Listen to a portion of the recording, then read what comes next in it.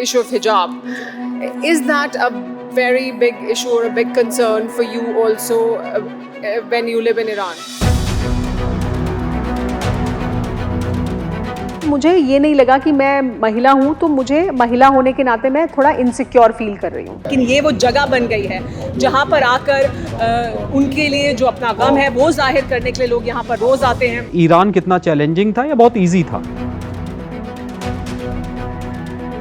Intelligence input उनके पास बहुत specific था, इसका मतलब थोड़ा सा ओवर कॉन्फिडेंस भी तो नहीं है ईरान का? जिनका घर तबाह हो गया है उन्हें कहा गया कि आप होटल में रहिए। बाकी क्या बातचीत वो ऑफ द रिकॉर्ड आपसे बात कर रहे थे। करज ब्रिज पर जो हमला हुआ जिसकी सबसे बड़ी न्यूज़ हमने बनते हुए देखी,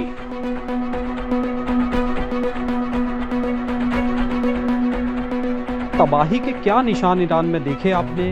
ये हाईएस्ट ब्रिज है इस पूरे इलाके में। ईरान का जो कॉन्फिडेंस है उसके पीछे भी दो सुपर पावर्स हैं। जंग तो इजराइल से, लेकिन हमले वो ईरान। तो एक कहावत है कि युद्ध में कोई रनर अप नहीं होता, मतलब कोई उपविजेता नहीं होता, और ये भी कहा जाता है कि युद्ध में जीतता तो कोई भी नहीं है। एक देश अपने सैनिक हारता है और दूसरा अपनी संवेदनाएं। मैं बात कर रहा हूँ अमेरिका और ईरान वॉर की, और हमारे पास हैं इकलौती चश्मदीद सुमेरा खान। तो सुमेरा जी, हमने पहले एपिसोड में तो बहुत ही सारी बातचीत करी, लेकिन आज हम ये जानना चाहेंगे, क्योंकि हमने जो तबाही की तस्वीरें देखी, हमने ये देखा कि ईरान से आपके जाने से पहले तक बहुत सारी तस्वीरें ईरान से नहीं आ रही थी। तो वो जो तबाही के क्या निशान ईरान में देखे आपने? हम जो बंजर पड़ी हुई इमारतें हैं, विध्वंस के निशान हैं, क्या है, क्या देखा आपने? आशीष, जितना हमला किया गया, जो आंकड़े हमारे पास हैं, जो हमने जाने से पहले भी देखे थे, पहले 92 आवर्स में 5000 म्यूनिशंस दागे गए थे ईरान पर। उसके बाद 1000 टॉमाहॉक मिसाइल्स, न जाने कितने ड्रोन्स और मिसाइल हमले किए गए। तो इतना हमला किया गया है ईरान पर। उस तरह का डिस्ट्रक्शन आपको नहीं दिखाई देता है। उस तरह अगर आप सोचें किसी शहर से गुजर रहे हैं तो आपको थोड़ी थोड़ी दूर पे कोई डिस्ट्रक्टेड बिल्डिंग दिखाई देगी या डिस्ट्रक्शन दिखाई देगा, ऐसा नहीं दिखाई देता है। तो फिर ये जो मिसाइलें गिरी, ये कहाँ गिरी? तो जो एक तो देखिए, जोग्राफिकली एक बड़ा मुल्क है ईरान, और जो टारगेट्स हैं वो बहुत दूर दूर हैं। तो ऐसा यहाँ पे आपने कुछ हिट किया है, वहाँ हिट किया है, मिसाइल जो लॉन्चर्स थे उनको हिट किया गया था। तो इस वजह से ऐसा नहीं है कि शहर में या जो आम हाईवेज हैं या सड़क पर आपको वो उतना डिस्ट्रक्शन दिखाई देगा। तो उतना डिस्ट्रक्शन नहीं है।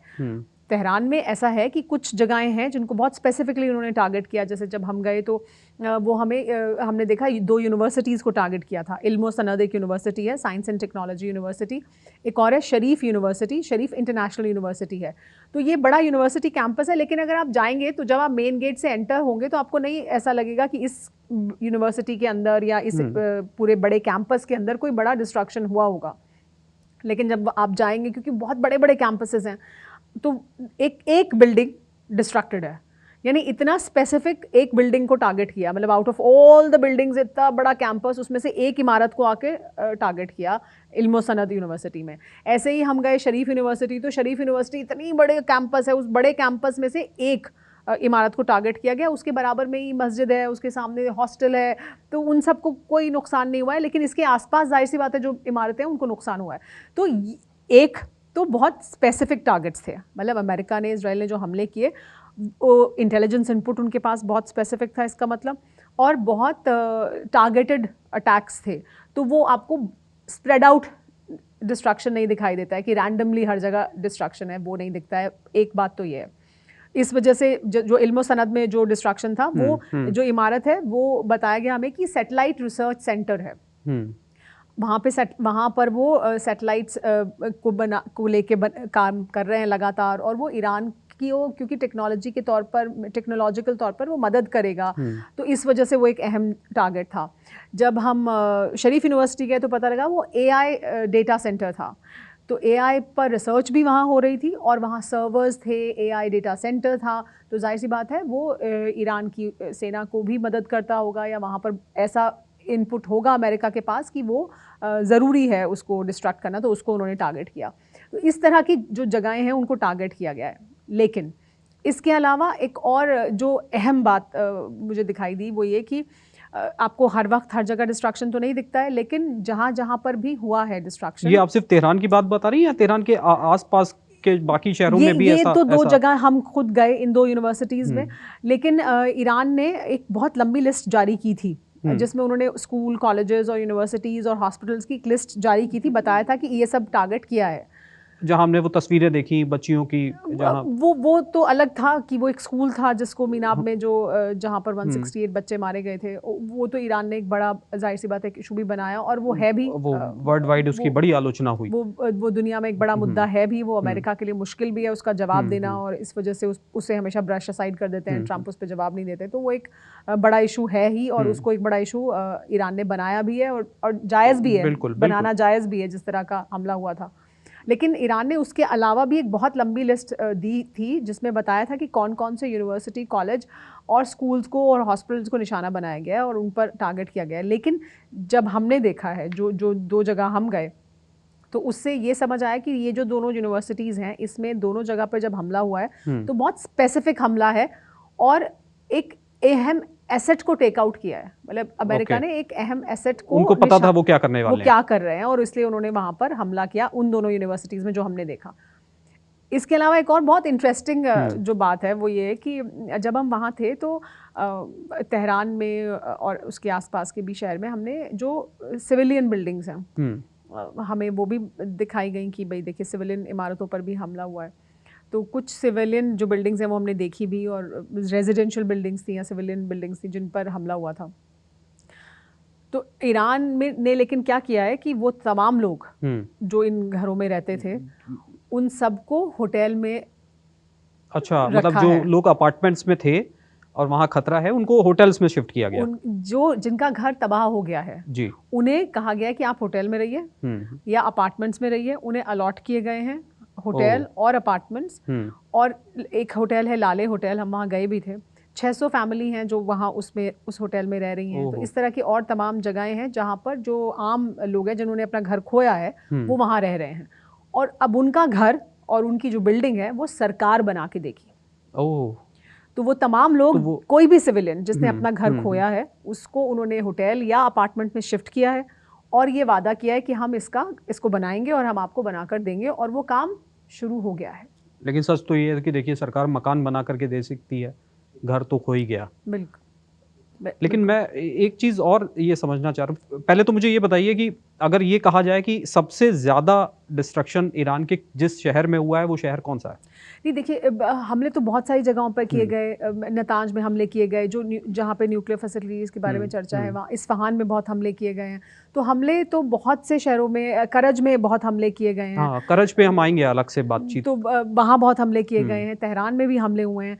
तो हमले तो वाइड स्प्रेड हैं। जहाँ जहाँ भी अमेरिका और इजराइल को लगा कि अहम एसेट्स हैं, हम इनको नुकसान पहुँचा सकते हैं, जो कि ईरान को लॉन्ग टर्म में नुकसान पहुँचाएगा और उनकी जो सरकार है उसको नुकसान पहुँचाएगा, उसको उन्होंने टारगेट किया। और वो तमाम ऐसे शहर हैं, इस्फहान में बहुत टारगेट है, जैसे मैंने बताया करज में है, नतांज में है, तेहरान में है, और भी तमाम और शहर हैं जिनको कि बहुत बुरी तरह उन पर ये पाउंडिंग हुई है।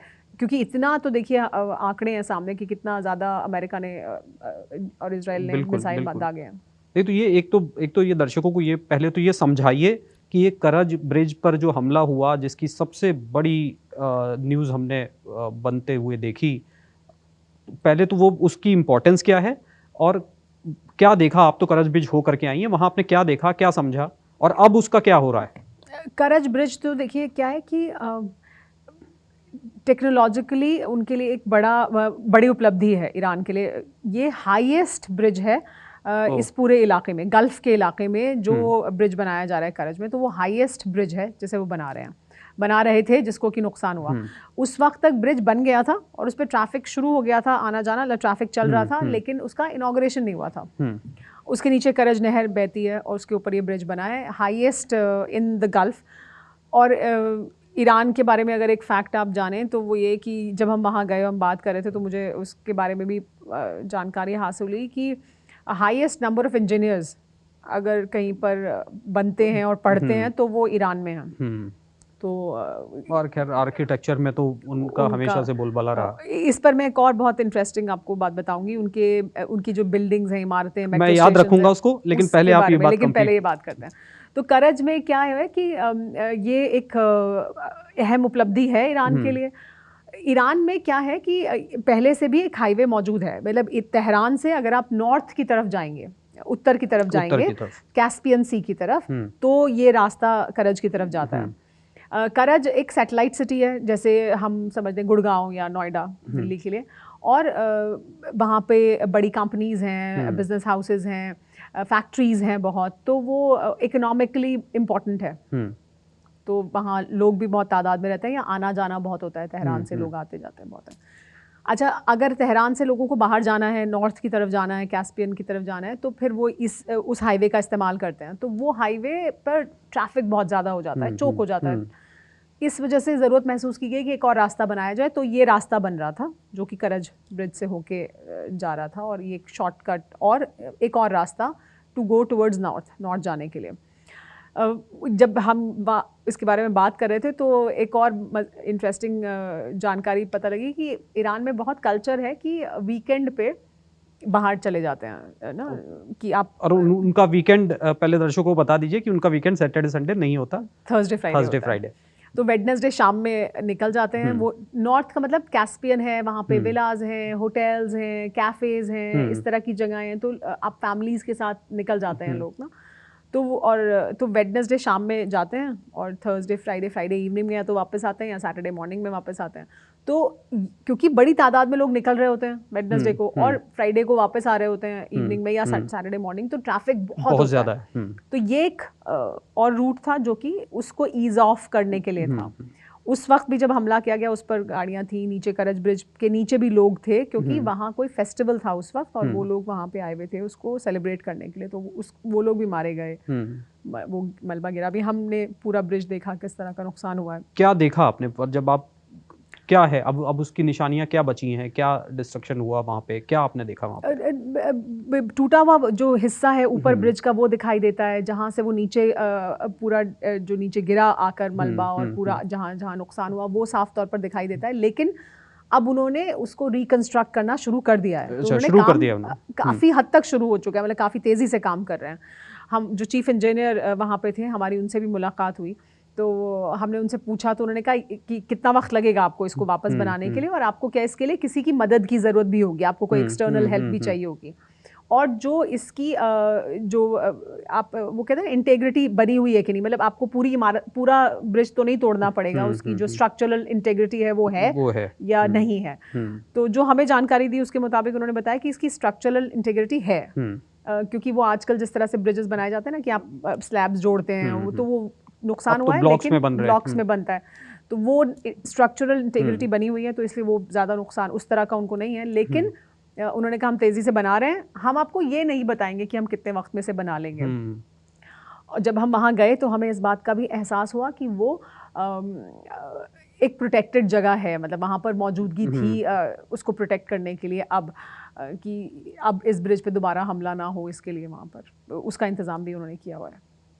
तो ये एक किस्सा आप मुझे ध्यान है, मुझे लगता है आपको दर्शकों को भी बताना चाहिए कि उसके आसपास बहुत सारी ऐसी पहाड़ियाँ, पठार हैं जो ग्रेनाइट के हैं, उनके ऊपर आपने कुछ बताया कि वो किस्सा एक बार दर्शकों को बताइए कि आपने क्या देखा वहाँ पे। यहाँ जो करज ब्रिज है, इसके आसपास का जो इलाका है, यहाँ पे तो बहुत अच्छे कैफ़ेज़ हैं, बहुत अच्छी बैठने की खूबसूरत जगह है, बैठने की जगह है, क्योंकि नहर बहती है नीचे से, आप ब्रिज है, और ये इलाका जो है यहाँ से शुरू हो जाता है नॉर्थ की तरफ जाने वाला रास्ता, यानी कैस्पियन की तरफ, समंदर का किनारा की तरफ, उस तरफ जाने वाला रास्ता शुरू हो जाता है। तो खूबसूरत जगह है। लेकिन जो मैंने आपको बताया था वो ये कि जब आप निकलेंगे तेहरान से बाहर, तो ईरान में पहाड़ियाँ बहुत हैं, और हार्ड स्टोन के जो पहाड़ हैं, बहुत अलग अलग स्टोन्स के, ग्रेनाइट के हैं, और स्टोन्स के पहाड़ हैं। तो वो अलग अलग, और इसी वजह से कहा भी जाता है कि अमेरिका अगर जहाँ उनके मिसाइल लॉन्चर्स मौजूद हैं, या जहाँ उनके जो हथियार हैं वो मौजूद हैं, वहाँ पर अगर हमला करेगा तो बहुत आसान नहीं है हमला करना, बिकॉज वो एक नेचुरल प्रोटेक्शन है, उसको नेचुरल प्रोटेक्शन मिला है, और उसका उन्होंने इस्तेमाल किया है।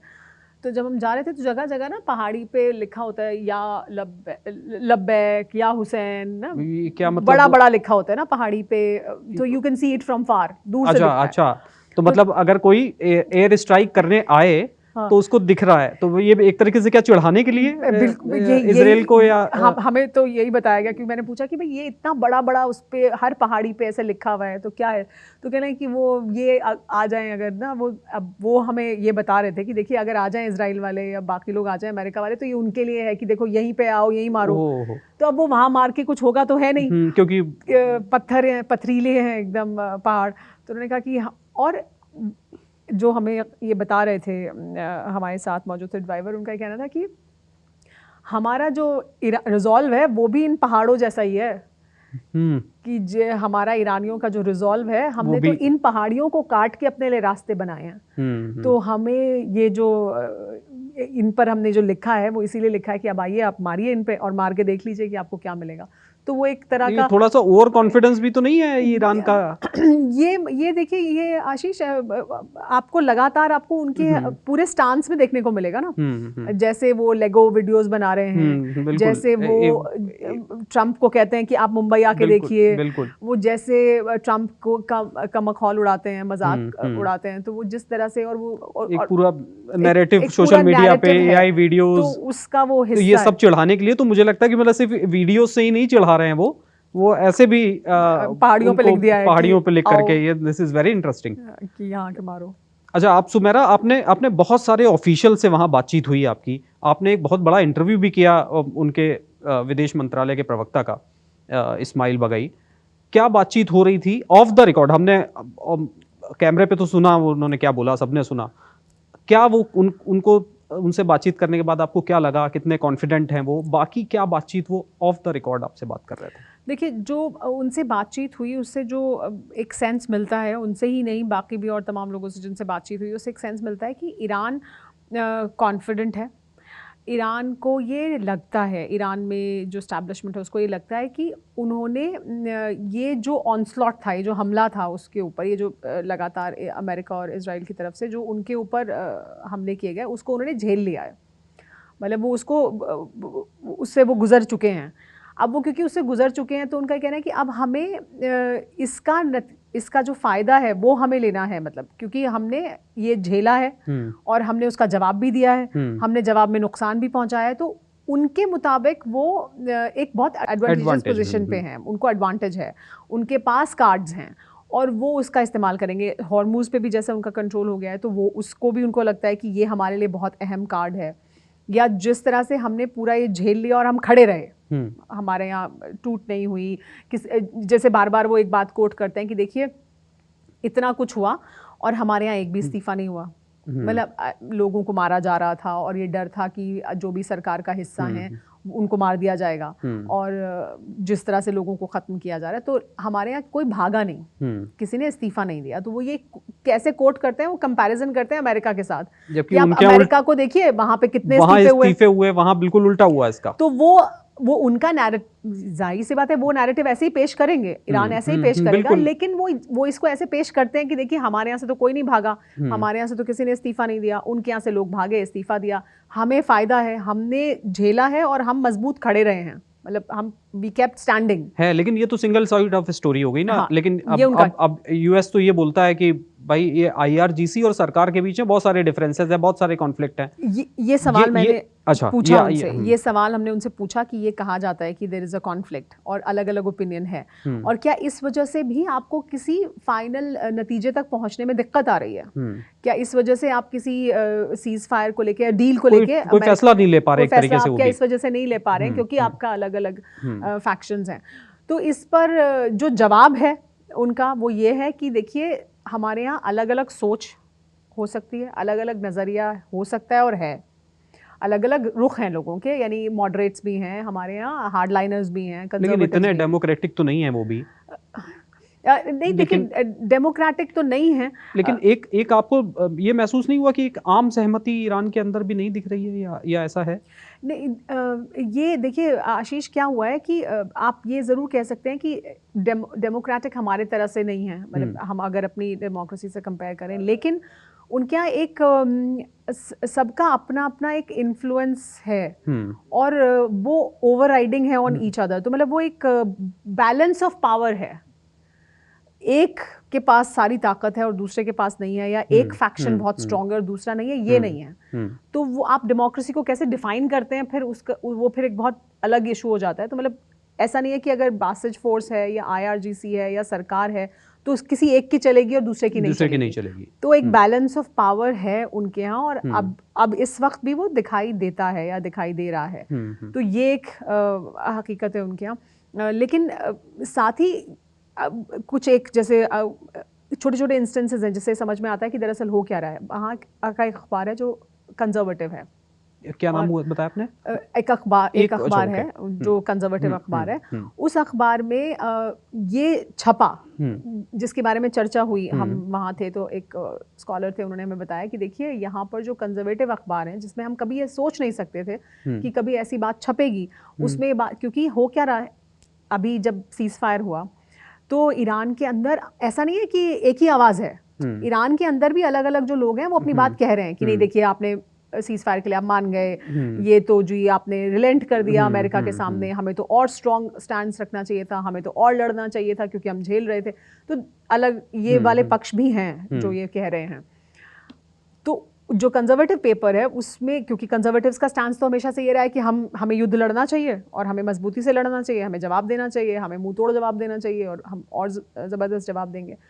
तो कंजर्वेटिव्स का ये स्टैंड होने के बावजूद अखबार में ये छपा कि जो ये कह रहा है कि हमने बेच दिया ईरान को या हम अमेरिका के आगे झुक गए, जो ये लोग ये कह रहे हैं, वो जो है वो ईरान के हक में बात नहीं कर रहे हैं। अच्छा, तो ये एक अलग तरह की पोजीशन है जो अब तक नहीं दिखाई दे रही थी। ये एक बहुत अच्छा इनपुट आपने बताया।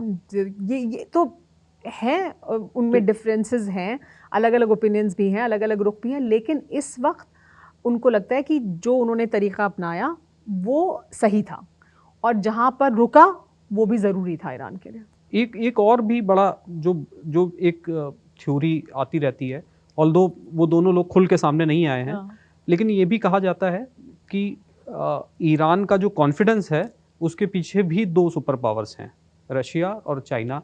अगर वो नहीं होते तो शायद इतनी आगे तक ईरान इस शिद्दत से नहीं लड़ता।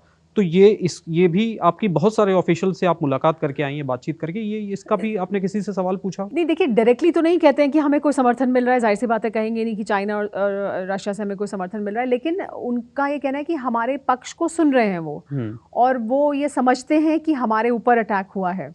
तो वो ये जो मुद्दा है इसको ज़रूर ईरान कहता है कि ये समर्थन है, इस तरह का समर्थन है उसे चीन और रूस से। लेकिन ईरान में जो एक आपको बात करके एक जो अहम मुद्दा समझ आएगा वो ये कि उनका ये कहना है कि हमें क्योंकि हम पर अटैक किया गया तो हमारे पास तो और कोई विकल्प नहीं था ना जवाब देने के अलावा। बिल्कुल।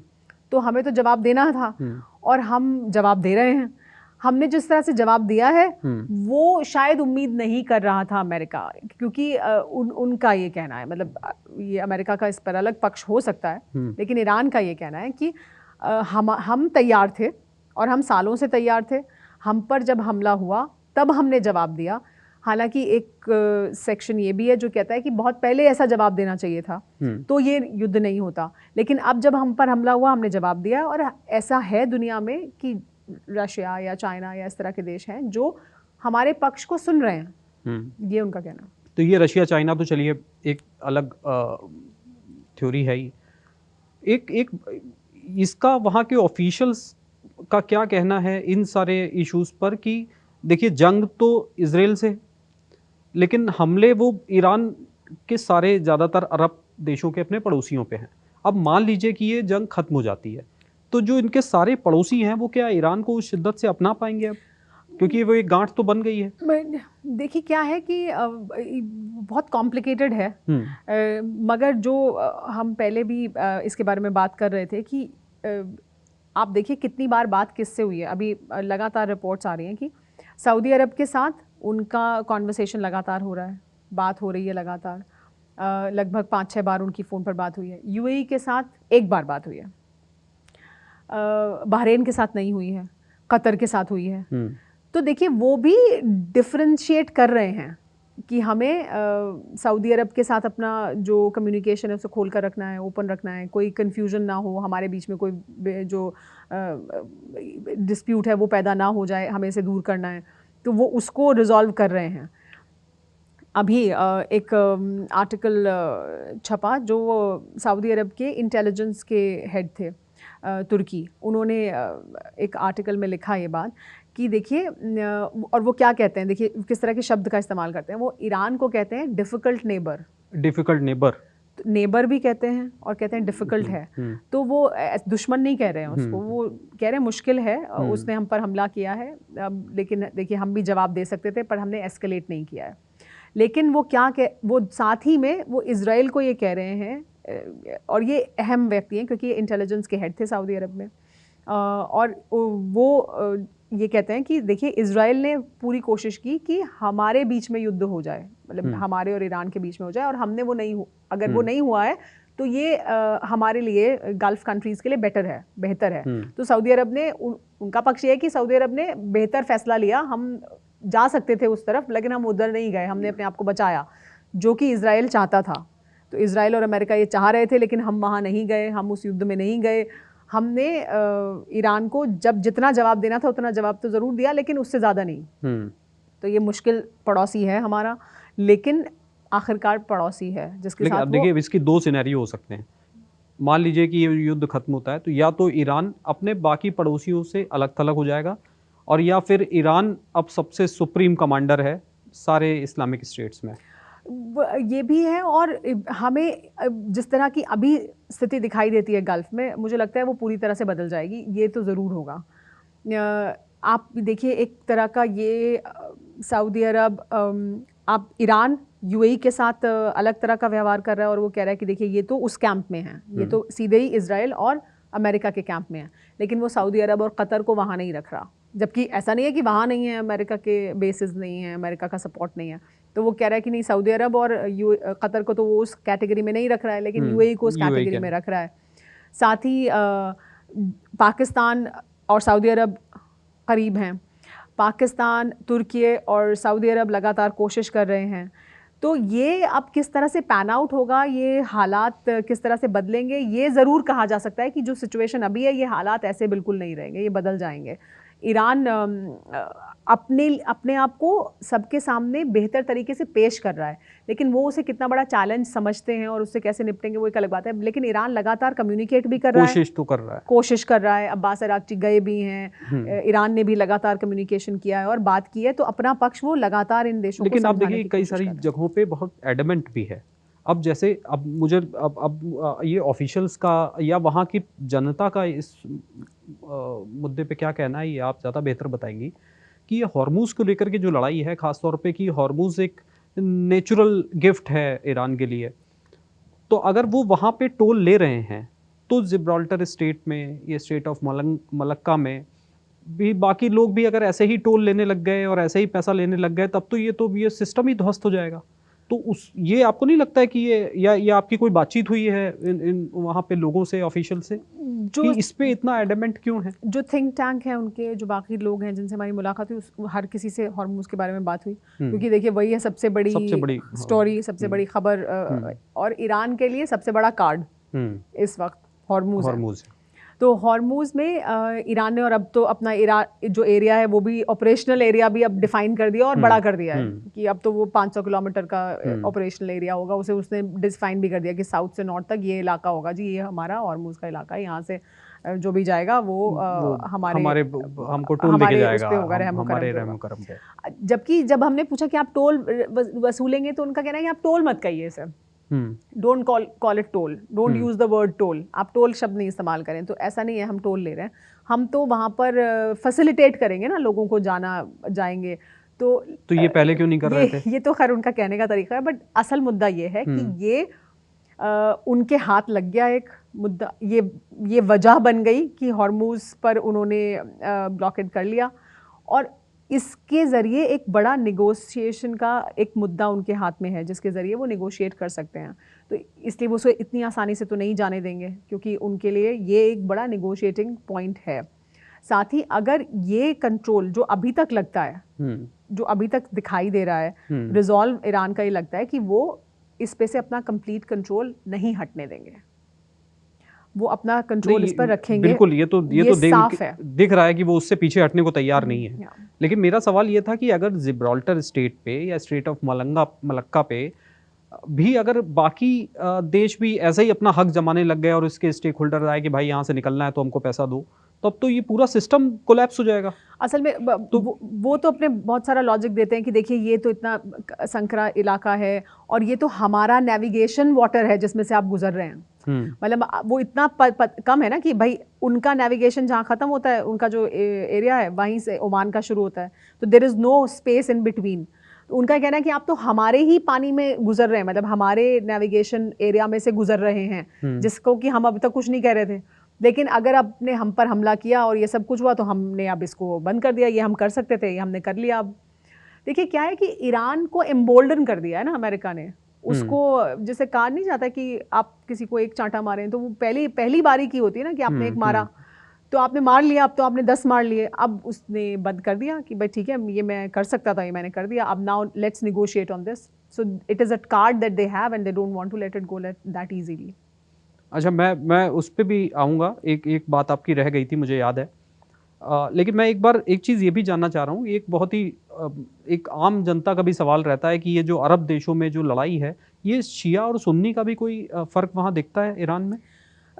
ईरान में बहुत बड़ी तादाद में नहीं है सुन्नी, शिया ज़्यादा है, लेकिन सिर्फ शिया ही नहीं है, वहाँ पे और भी माइनॉरिटीज़ हैं वहाँ पे। नहीं, ये चूंकि बाकी शियाओं देश से थोड़ी सी उनका कॉन्फ्लिक्ट इसलिए भी ज़्यादा है या ये कोई एंगल ही नहीं है? नहीं देखिए, इसे प्रेजेंट तो ऐसे ही किया जाता है कि शिया सुन्नी कॉन्फ्लिक्ट है, लेकिन ऐसा है नहीं। मुझे लगता है कि जो ईरान में भी पक्ष है वो ये है कि भले ही जो गवर्नमेंट्स हैं, यूएई की सरकार या सऊदी अरब की सरकार या कतर की सरकार, उनका ये मानना है कि ये सरकारें हमारे खिलाफ हो सकती हैं बट लोग हमारे साथ हैं। People sentiment is with us, क्योंकि हम पैलेस्टाइन के साथ खड़े हैं, क्योंकि हम लेबनान में हिजबुल्लाह के साथ हैं, तो क्योंकि हम इनके साथ हैं इस वजह से, और हम उनके साथ बिल्कुल अपने भाइयों की तरह खड़े हैं, जो ईरान कह भी रहा है ना। और देखिए इंटरेस्टिंग भी है ये कि जहाँ पर भी ईरान में आप देखेंगे ईरान का झंडा है किसी भी डेमोन्स्ट्रेशन में, वहाँ साथ में हिजबुल्लाह का झंडा भी होगा। अच्छा, हर जगह डिस्ट्रक्टेड बिल्डिंग है, वहाँ पे ईरान ने अपने झंडे लगाए हैं, वहाँ पे हिजबुल्लाह के झंडे भी होंगे, लोग हिजबुल्लाह का झंडा भी लेकर बराबर से मौजूद रहेंगे। तो ईरान का ये कहना है, और ऐसा मुझे लगता भी है कि है, शायद लोगों का सेंटिमेंट उनके साथ है काफ़ी हद तक, हिजबुल्लाह की वजह से भी और पैलेस्टाइन की वजह से भी। और वो इन तमाम जो सुन्नी कंट्रीज़ हैं सपोजली, वहाँ पर भी जो पॉपुलेशन है, जो आम लोग हैं, वो ईरान के पक्ष में है, ऐसा ईरान का कहना है। और किसी हद तक शायद ये है भी, ऐसा है भी कि लोग हैं उनके पक्ष में, क्योंकि उनको लगता है कि वो पैलेस्टाइन के लिए बात कर रहे हैं, वो हिजबुल्लाह के लिए बात कर रहे हैं, तो people sentiment is with them. ये एक पक्ष। लेकिन जब आप इसकी बात करें तो मुझे एक और इंटरेस्टिंग किस्सा याद आ गया, वो ये कि ईरान में माइनॉरिटीज़ हैं, बाकी माइनॉरिटीज़ भी हैं, जैसे वहाँ गुरुद्वारे हैं, अच्छा, सिख पॉपुलेशन है, गुरुद्वारे हैं, हमारी उनसे मुलाकात हुई। वहाँ पर क्रिश्चियन पॉपुलेशन है, एक अर्मेनियन क्वार्टर्स कहते हैं, तेहरान में एक इलाका है अर्मेनियन क्वार्टर्स, तो वहाँ वो है एक जगह। उसके सामने एक बड़ा चर्च है, उसके सामने जो मेट्रो स्टेशन है उसका नाम भी उन्होंने मरियम मुक़द्दस रखा है कि, और उसके बाहर उनकी बड़ी सी मदर मैरी की जो स्टैचू है वो है, और एक पूरा जो मेट्रो स्टेशन है उसका थीम ही ये है, मरियम मुक़द्दस। तो मदर मैरी के ऊपर ही पूरा थीम है, और कुरान की वो सूरतें और आयतें वहाँ लिखी गई हैं जो हज़रत मरियम के बारे में बात करती हैं, यानी मदर मैरी के बारे में बात करती हैं, जीसस क्राइस्ट के बारे में बात करती हैं। सामने ये चर्च है, और वो जो जगह है, ऐसे ईरान में शराब पर पाबंदी है क्योंकि इस्लामिक कंट्री है तो पाबंदी है, लेकिन जो अर्मेनियन क्वार्टर्स हैं, क्योंकि वाइन सैबत में और बाकी जगहों पे रिलीजियस तौर पर भी जो क्रिश्चियंस हैं वो यूज़ करते हैं, तो वहाँ लिमिटेड क्वांटिटीज़ में आपको शराब भी अवेलेबल होती है, वाइन मिल जाती है, तो मतलब वो उसका ध्यान वहाँ रखा गया है। गुरुद्वारे हैं, फंक्शनल गुरुद्वारे हैं, सिख कम्युनिटी भी है, तो माइनॉरिटीज़ हैं, बहुत कम तादाद में हैं, लेकिन अब उनका ख्याल है, उनके लिए आपने एक चर्च भी है, तो चर्च के सामने जो मेट्रो स्टेशन है उसको वही थीम दिया है उन्होंने, एक क्रिश्चियनिटी का जो थीम है वो वहाँ पर है। इसी से एक और जो मैं पहले शुरुआत में आपको कही थी, एक इंटरेस्टिंग बात मुझे याद आई कि बहुत क्रिएटिव मुल्क भी है, और वो जिसको कहते हैं कि हम बहुत पुरानी सिविलाइजेशन है। बिल्कुल, आप आर्किटेक्चर और उनकी बात बता रही थी। उनका जो आर्किटेक्चर है वो अपने आप में ख़ास है। कोई भी मेट्रो स्टेशन, कोई भी बस स्टॉप, ये मुझे बहुत दिलचस्प लगा कि सबकी अपनी एक अलग थीम होती है। मतलब आपको सिर्फ बस स्टॉप के तौर पे बस स्टॉप नहीं मिलेगा, ये बस स्टॉप है, बेंचेस लगी हैं, ऊपर से कवर कर दिया, आपने बस स्टॉप बन गया। तो वो बस स्टॉप भी, मेट्रो स्टेशन भी, सबका एक थीम होगा। मेट्रो स्टेशन भी हर इलाके का, मतलब इस इलाके का, जैसे जो मैंने बताया मेन इन क्वार्टर्स है, क्रिश्चियन इलाका है, तो वहाँ पर जो थीम है वो मदर मैरी है। कोई दूसरा इलाका होगा तो वहाँ वो थीम होगा। तो आपका मेट्रो स्टेशन का एक थीम है, बिल्डिंग का थीम है, so they all are not similar. सारे मेट्रो स्टेशन सिमिलर नहीं होंगे, अलग अलग तरह से दिखेंगे। लेकिन क्या उनका वेस्टर्नाइजेशन हुआ है, या वो उनका जो पारंपरिक ईरानियन आर्किटेक्चर है पारंपरिक ईरानी आर्किटेक्चर आपको बहुत दिखाई देगा, लेकिन मॉडर्न आर्किटेक्चर भी दिखाई देता है। आपको पेंटिंग्स अलग अलग तरह की, म्यूरल्स पेंट करने का बहुत शौक है, बल्कि I actually wanted to do a story, और जो हम नहीं कर पाए कि ईरान, तो प्लीज बताइए आज ईरान में बड़े बड़े म्यूरल्स आपको दिखाई देंगे, बड़े बड़े पेंटिंग्स हैं जगह जगह ना, और वो बहुत इंटरेस्टिंग है। जैसे किस तरीके की, मतलब जैसे खामेनेई को अलग अलग तरह से दिखाया गया है, या आर्मी के लिए कुछ है, डोनाल्ड ट्रम्प की तस्वीरें बनाई गई हैं, लेकिन उसके अलावा डोनाल्ड ट्रम्प की तस्वीरें बनाई हुई हैं। हाँ, बड़ी बड़ी उस पर लिखा हुआ है डोनाल्ड ट्रम्प के लिए, उनके लिए कोई सीख है, एक जगह डोनाल्ड ट्रम्प का मुंह सिल दिया है कि इनका मुंह देखिए बंद है।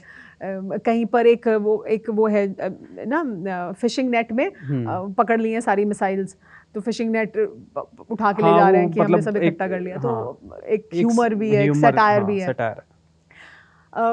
एक और इंटरेस्टिंग फैक्ट है ईरान में, क्या है कि अब से पहले कुछ हद तक ना बदल भी रहा है। जो हम हिजाब की बात कर रहे थे कि आपको ढकना है सर, लेकिन ऐसा नहीं है कि अगर आपने नहीं ढका तेहरान में तो आपको कोई पकड़ लेगा। तो थोड़े रिलैक्सेशन शायद दिया है किसी हद तक उन्होंने, या आने वाली पीढ़ी, जो नई पीढ़ी है शायद वो बदल रही है। The government is also understanding कि हम शायद थोड़ा बदलाव हमें करना चाहिए, ज़रूरत है वक्त की, तो शायद ऐसा इस वजह से भी है। लेकिन जो उनके यहाँ आपको पेंटिंग्स दिखाई देंगी, उसमें पहले क्या दिखाई देता था, तो IRGC, Iranian revolution, Islamic revolution, आपको यही थीम दिखता था। अब उन्होंने क्या किया है कि जो ईरान की पुरानी सिविलाइजेशन है, जिसे वो कहते हैं कि ईरानियन सिविलाइजेशन है, जो ज़ोरास्ट्रियनिज्म है, और जो पुराना उनका इतिहास है, बहुत पुराना, जो कि इस्लामिक क्रांति के बाद से, जिसे उन्होंने ख़त्म कर दिया था, कि उसको वो नहीं एक्सेप्ट कर रहे थे ना, इस्लामिक क्रांति के बाद से इस्लाम और इस्लामिक क्रांति की तरफ चले गए। अब आपको उनके यहाँ ऐसे चौक चौराहे मिलेंगे जहाँ पर वो अपनी पुरानी जो ट्रेडिशनल इमेजरी है, उस इमेजरी को इसके साथ ब्लेंड कर रहे हैं, उसको भी एक्सेप्ट कर रहे हैं, यानी अपने इतिहास को भी वो इसके साथ, उस इमेजरी को इस मॉडर्न इमेजरी के साथ, यानी इस्लामिक रेवोल्यूशन की इमेजरी के साथ पुरानी इमेजरी को मिला रहे हैं।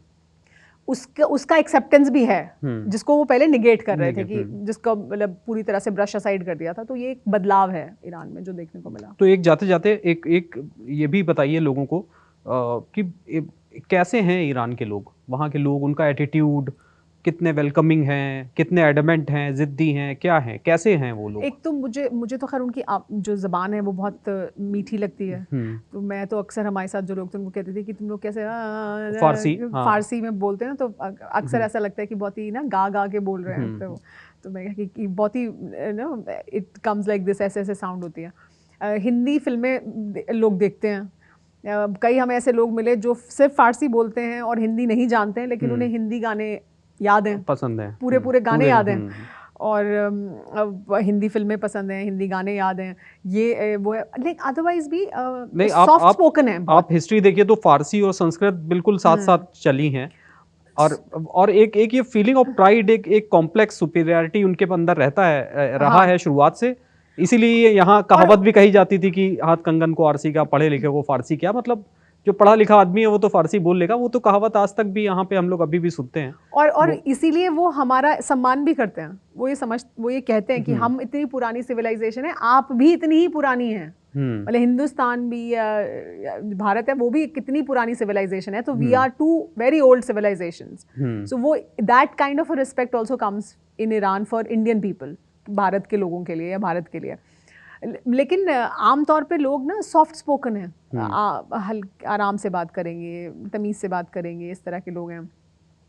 तो आम इस तरह की आपको वो महिलाएं बहुत फैशनेबल हैं, अल्ट्रा फैशनेबल हैं। मैं अक्सर ये बात कहती थी कि यहाँ तो मतलब कोई ऐसी महिला आपको नहीं मिलेगी जिसका मतलब आपको लगे कि ये आउट ऑफ फैशन है, जो ट्रेंड है उस पर ऑन पॉइंट है सब। All the females, so that is there. All the females are very very fashionable. Soft spoken तो हैं ही, थोड़ा सा क्योंकि वो इस्लामिक क्रांति की वजह से और जो उनका माहौल है उसकी वजह से महिलाओं से थोड़ा सा डिस्टेंस रख के बात करते हैं, थोड़ा तमीज़ से बात करते हैं। कोई बात सीधे कहनी हो तो सीधे आपको नहीं कहेंगे, किसी और को कहेंगे, वो आपको कहे कि मतलब ये बदतमीज़ी ना लगे, अब ये ऐसा ना लगे मतलब कि हम तमीज़ से पेश नहीं आ रहे। तो वो ये सब इस तरह की जो नुआंसेस हैं उनके कल्चर के, वो बहुत कल्चर्ड किस्म के लोग और उसमें जीना पसंद करते हैं वहाँ के लोग, और उसमें जीना पसंद करते हैं। मतलब आप बैठ के महिला ज़ोर ज़ोर से हाँ करके हंस रही है, कुछ ऐसे आदमी भी नहीं बैठते, तरीके से बैठेंगे, तरीके से बात करेंगे, तो इसका थोड़ा ध्यान रखते हैं। ये कल्चरली उनका ये तरीका है। तो ये मेरा आखिरी सवाल कि आप कितना चैलेंजिंग था एक पत्रकार का ऐसी सिचुएशन में वहाँ पर रिपोर्टिंग करना, कवर करना, और वो भी एक महिला का, क्योंकि आप बाकी और मुल्कों में भी गई हैं, आपने कई सारे देशों में ये वॉर कवर करी है। ईरान कितना चैलेंजिंग था या बहुत इजी था? देखिए इस वजह से तो चैलेंजिंग है, इस एस्पेक्ट में चैलेंजिंग है कि वहाँ पे बहुत परमिशंस आपको चाहिए होती हैं, बहुत चुनौती होती है कहीं पे भी जाकर पहुँच कर रिपोर्ट करना। आपके पास परमिशन है तो भी वहाँ जाके आपको जद्दोजहद करनी पड़ेगी। भाषा की जद्दोजहद भी है कि पर्शियन ही बोलते हैं, नहीं ज़्यादातर बोलते हैं कोई और भाषा। तो रिपोर्टिंग एक्चुअली करने के लिए आपको दिक्कत है। और जैसे कि मैंने बताया उनके अलग अलग, आपने परमिशन ले ली एक विभाग से, दूसरे विभाग के लोग आ गए, अब आप उनको समझाइए कि नहीं हम यहाँ आए हैं जी, हमारे पास परमिशन है, हम यहाँ खड़े हो सकते हैं। फिर तीसरे विभाग के लोग आ गए तो उनको आप समझाएं, उनसे आप वो करें, आप बहस भी नहीं कर सकते। तो ये वाले चैलेंजेस तो थे।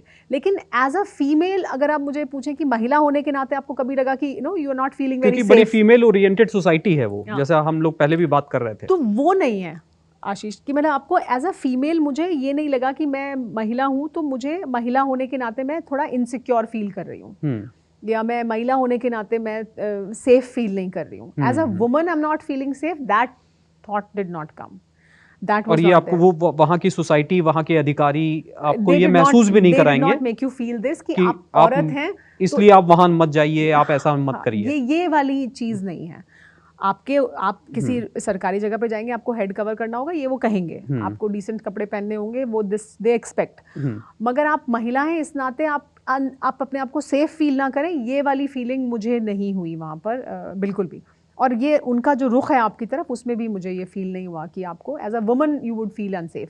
एज अ जर्नलिस्ट आपके सामने चुनौतियाँ थी कि आपको how to report and how to do your best.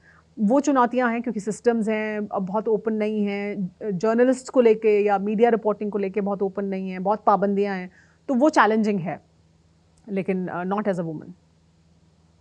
चलिए, तो मुझे लगता है कि काफ़ी पिक्चर आज भी दर्शकों की क्लियर हुई होगी, और जैसा कि मैंने पहले भी कहा था पिक्चर अभी बाकी है, और सबसे बड़ा सवाल बाकी है कि अब ये जंग कहाँ जाएगी, कब ख़त्म होगी भी या नहीं होगी। सुमेरा, एक बार आपसे और हम बातचीत करेंगे और बहुत डिटेल में बातचीत करेंगे, क्योंकि यही बातचीत इंटरेस्टिंग होने वाली है। जी हाँ, कुछ और भी हैं किस्से जो रह गए हैं आपके पास, आपको बताओ, तो वो फिर एक नए बैठक में हम लोग वो किस्से सुनते हैं आपसे।